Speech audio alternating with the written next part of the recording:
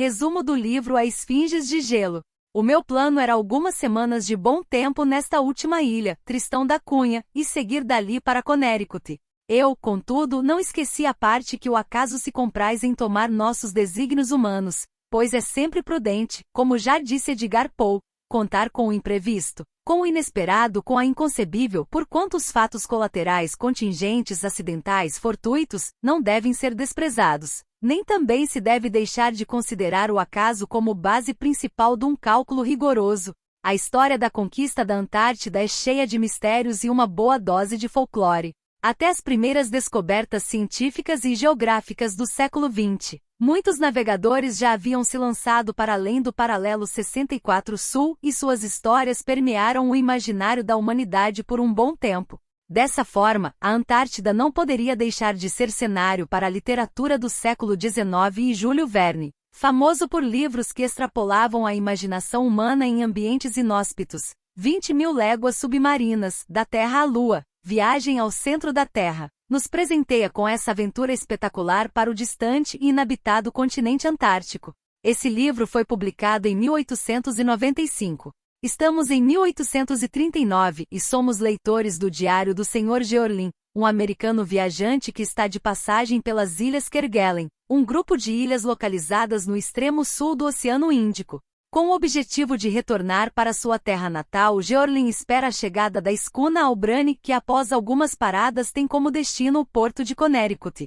Mas a história toma outro rumo quando a Albrane chega. Capitão Lengai, porque o itinerário da Albrane não é nunca fixado de antemão. Ela sai para um porto e vai a um outro, conforme a vantagem que encontro nisso. Convém saber-se que não estou a serviço de nenhum armador. A escuna pertence-me em grande parte, e não tenho de receber ordens de ninguém a respeito de suas travessias. Havia um elo em comum entre o capitão da Albrane e nosso personagem.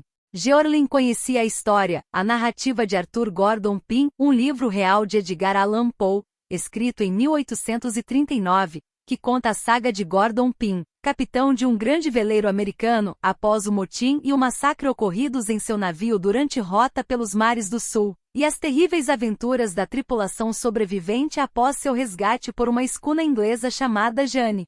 Segundo a história, a Jane era comandada por William Guy, o irmão desaparecido de Lengai. Após passarem pela ilha de Tristão da Cunha e chegarem às Ilhas Falkland, Lengai e sua tripulação decidem partir para o sul em busca de seu irmão. Bordo toda a marujada da Albrane, e mais alguns novos marinheiros contratados nas Falkland e Georlin, tendo como base o livro de Poe e os registros da viagem verdadeira de James Weddell. A escuna deslizou pelos mares do sul no auge do verão e encontrou a misteriosa passagem por entre os grandes blocos de gelo que supostamente os levaria para um mar livre de gelo no interior do continente antártico. E como o extraordinário não tem limite, a narrativa de Poe ainda dizia sobre uma ilha habitada, chamada Tsalau, com uma tribo de peles negras, hostis a qualquer povo desbravador. Eis-me, pois, entregue às contingências de uma aventura que, segundo todas as probabilidades, ultrapassaria em imprevisto as minhas anteriores viagens. Quem suporia isso de mim? Eu, porém, estava preso numa engrenagem que me arrastava para o desconhecido das regiões polares. Esse desconhecido de que tantos exploradores intrépidos debalde têm tentado devassar os segredos.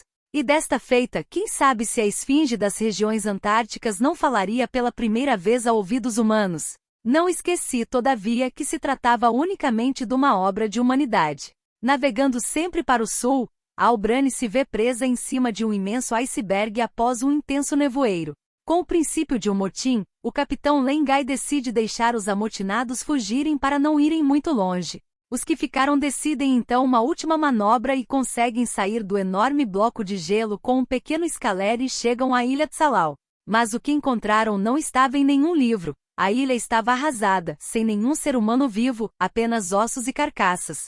Contudo, encontraram na ilha os ossos de Tigre, o cão que fazia parte da expedição de Arthur Gordon Pym, e os ânimos melhoraram com a esperança de achar o irmão do capitão Lengai. Já bastante debilitados pela falta de alimentos, Georlin e os poucos sobreviventes, ao buscar uma saída do mar interior antártico, encontraram uma pequena ilha, e para surpresa de todos, William Guy morava nela. Georlin nos conta ainda que com o objetivo de atravessar o mar Antártico e chegar na Austrália, O pequeno Scaler atravessou o polo magnético sul da Terra, que está marcado pela natureza com uma enorme esfinge de gelo com as nuances parecidas com a de um grande mastodonte. Neste ponto da viagem, encontram o cadáver de Arthur Gordon Pym para terem a certeza de que Poe estava certo.